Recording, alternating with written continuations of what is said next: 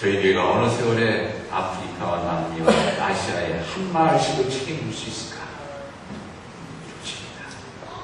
언제 살렘교회를 북한 땅에 세울 수 있을까? 제가 생각해보니까요, 이 이름이 참 좋은 이름이에요. 살렘의 평화라는 이름이거든요. 북한 땅에 평화라는 그 뜻을 가진 이름을 교회를 세운다. 살렘교회. 여러분이 가슴 벅찬 일 아닙니까? 폭력과 고난과 좀 고생받는 그 땅에 하나님의 평화, 살렘교회. 저희 교회 이름 못 바꾸게 하신 이유가 여기 있었던 것 같아요. 아멘. 살렘교회. 아멘. 살렘교회 북한에 세울 수 있습니다. 아멘. 세워집니다. 저희들이 포기하지 않고 뭐만 있으면 겨자씨만 합니다. 겨자씨만 합니다. 성경을 보다가요, 제가 궁금한 게 하나 있었는데 뭐냐면, 열왕기 상하에 보면 19장에 그 엘리야라는 선지자가 갈멜산에서 그 바알 선지자 450명 그 선지자가 이제 그 경합을 벌려서요, 하나님의 영광을 드러내는 그런 놀라운 역사를 했는데, 근데 이 사람이 어떻게 보면 자기 커리어에서 최고점에 올라갔다가 아직도 최하점을 이렇게 내려오는 그런 경험을 해요. 이세벨이라는 왕비가 이게 죽이겠다고 달려드니까 사람이 도망을 갑니다.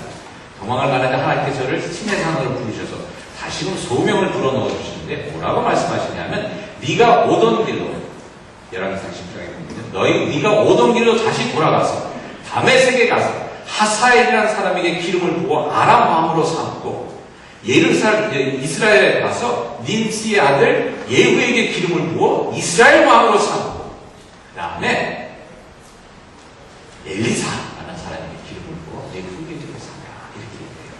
근데 그 말씀이 너무나 놀라운 말씀입니다. 뭐냐면 두 나라의 왕을 갈아치려는 거예요. 두 나라의 왕을 갈아치는. 그럼 여러분, 이게 목을 두 번 잘린 말입니다. 근데 그런 놀라운 소명을 받고 엘리야가 다시 시내산에 내려와 오는데, 뭐까지 하는 거죠? 엘사라는 사람을 세워서 자기 후계자로 삼고는 하나님께서 불러서 이 하늘로 올라가 버립니다. 열왕기 하기장에 나오고. 그래서 그 다음 일은 진전이 안 돼요. 제가 생각하기에 하나님께서 이렇게 꿈을 주시고 계획을 보여주셨는데 이 일이 왜 안 됐을까? 궁금했었는데요. 계속 읽어가다 보면 열왕기 하 8장에서 엘리사가, 엘리야의 후계자였던 엘리사가 하사엘이라는 사람을 만나서, 다른 나라죠. 아람 왕국에 갔다가 하사엘이라는 사람을 만나서 그 사람에게 당신이 왕이 될 겁니다 라는 이야기를 해줍니다. 하사엘이 돌아가서 그때 왕이었던 사람을 죽이고 왕이 돼요. 하나님의 약속을 이루어줬어요. 그리고 이스라엘에서 이 엘리사가 자기 제자를 보내서 예후라는 사람에게 기름을 부어서 이스라엘 왕으로 삼고, 그때 장군이었었는데 장군이었던 예후가 바알람을 일으켜서 이스라엘 왕입니다. 무슨 말씀이냐? 어느 때는 저희가 아닌 것 같고 안 이루어지고 언제 이루어지나 했던 일들이 결국은 하나님께서 이루어주시더라, 이 말씀입니다. 언제 산이 옮겨지나, 이 산이 어떻게 옮겨지나 하고 있을 때에 있는 가운데 어느새 하나님께서는 그 산을 옮겨주신다는 겁니다. 산은 옮겨집니다. 옆에 분들에게 한번 말씀해 주세요. 산은 옮겨집니다. 시간이 걸릴지 모르지만 산은 옮겨집니다. 하나님께서 주는 소망과 꿈을 붙잡고 포기하지 마시고 나가시기 바랍니다. 오늘 말씀이니까 겨자씨만한 믿음이 산을 옮긴다는 것입니다.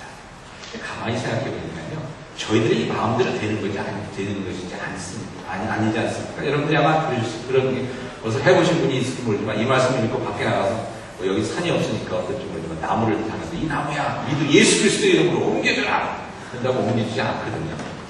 가만히 생각해보니까 제가 이런 생각이 들었어요. 산을 옮기는 것은 우리의 믿음이 아니라 하나님의 능력입니다. 하나님의 능력인데, 그것을 이루어지게 하는 것은 뭐냐면요, 우리들만이 하나님의 마음을 움직일 수 있습니다. 하나님의 마음을 움직여서 하나님께서 옮겨주시는 거예요. 근데 그 하나님의 마음을 움직일 수 있는 것이 바로 우리라는 겁니다. 제가 아이를 키우면서 참 놀라운 게 뭐냐면, 저희 아이들이 아무것도 모르는 것 같은데 다 알아요. 특히 여자애들은 눈치가 빠르더라고요. 어렸을 때부터 우리 딸아이 둘이가 아주 터득한 진리가 있는데, 그것은 뭐냐? 아빠는 우리 밥이다. 요걸 얘들이 어렸을 때부터 다 엄마가 노하는 거는 아빠한테 갖고 오는 거죠. 근데 요즘도 그래요. 요즘도 소람이가 이제 뭐 고등학교 2학년이고 3학년이니까 아빠랑 안 놀라고 그래요. 자기 뭐 대학생 남자애들이나 애들 쳐다보고 뭐 이러지. 근데 얘가 저한테 이렇게 오면서 저 옆에 와서 아빠 이러고 목소리를 쫙 깔고 아빠 이러고 할 때가 있어요. 그리고 안 하던 전화를 갑자기 해서 그 목소리를 깔고 아빠 이러고 있을 때가 있어요. 그건 어느 때냐? 엄마가 노한 일을 나한테서 예수 받기를 원할 때. 어디를 놀러 가려고 그러는데 엄마가 노했죠? 그럼 저한테 아빠 이래요. 아빠의 마음을 움직일 수 있는 게 딸이구나 하는 것을 알고 있는 거예요.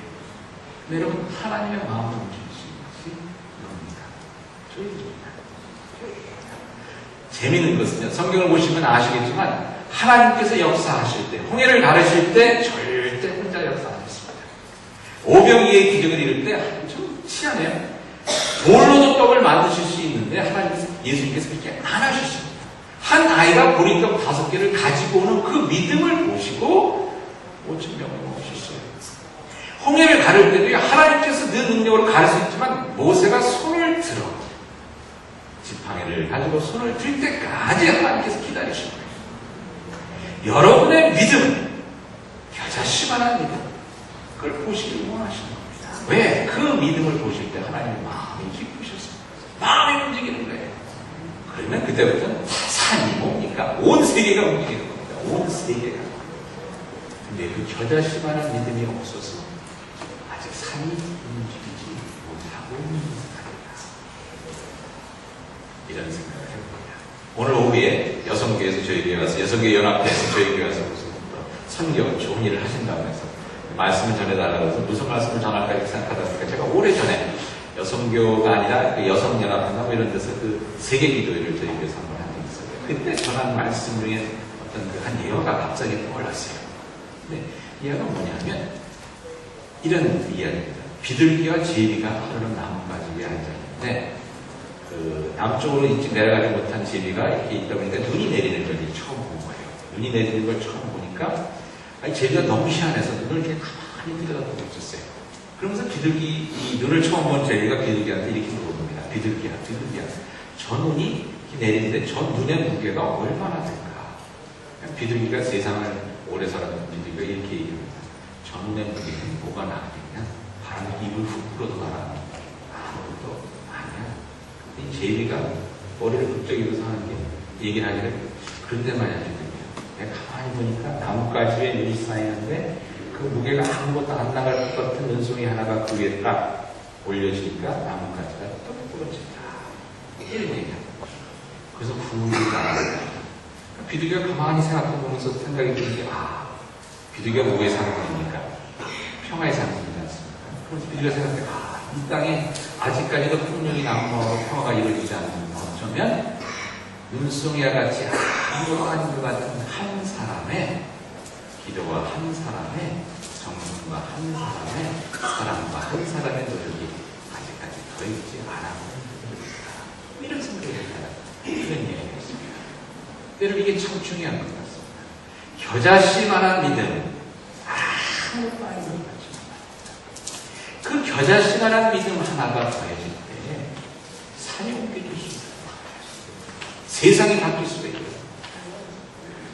제가 그래서 이런 생각을 해봤어요. 저희가 이제 어린아이들까지 합해서 180명 정도가 돼가지고 200명이 안 넘어가는 거예요. 200명.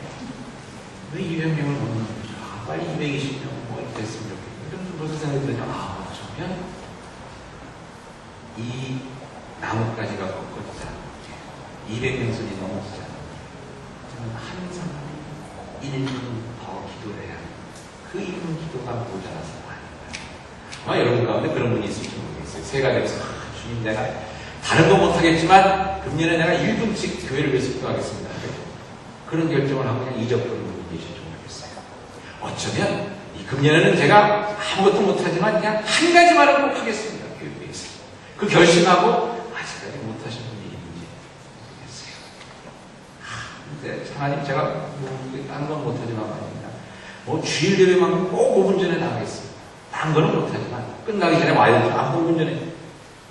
그 겨자씨만한 아직까지 더해주지 못했어요.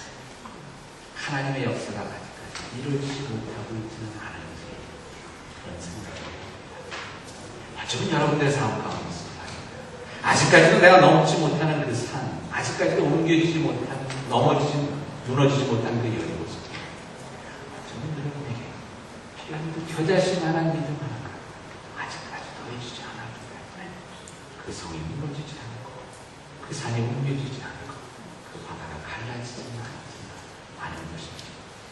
그런 생각을 해봅니다.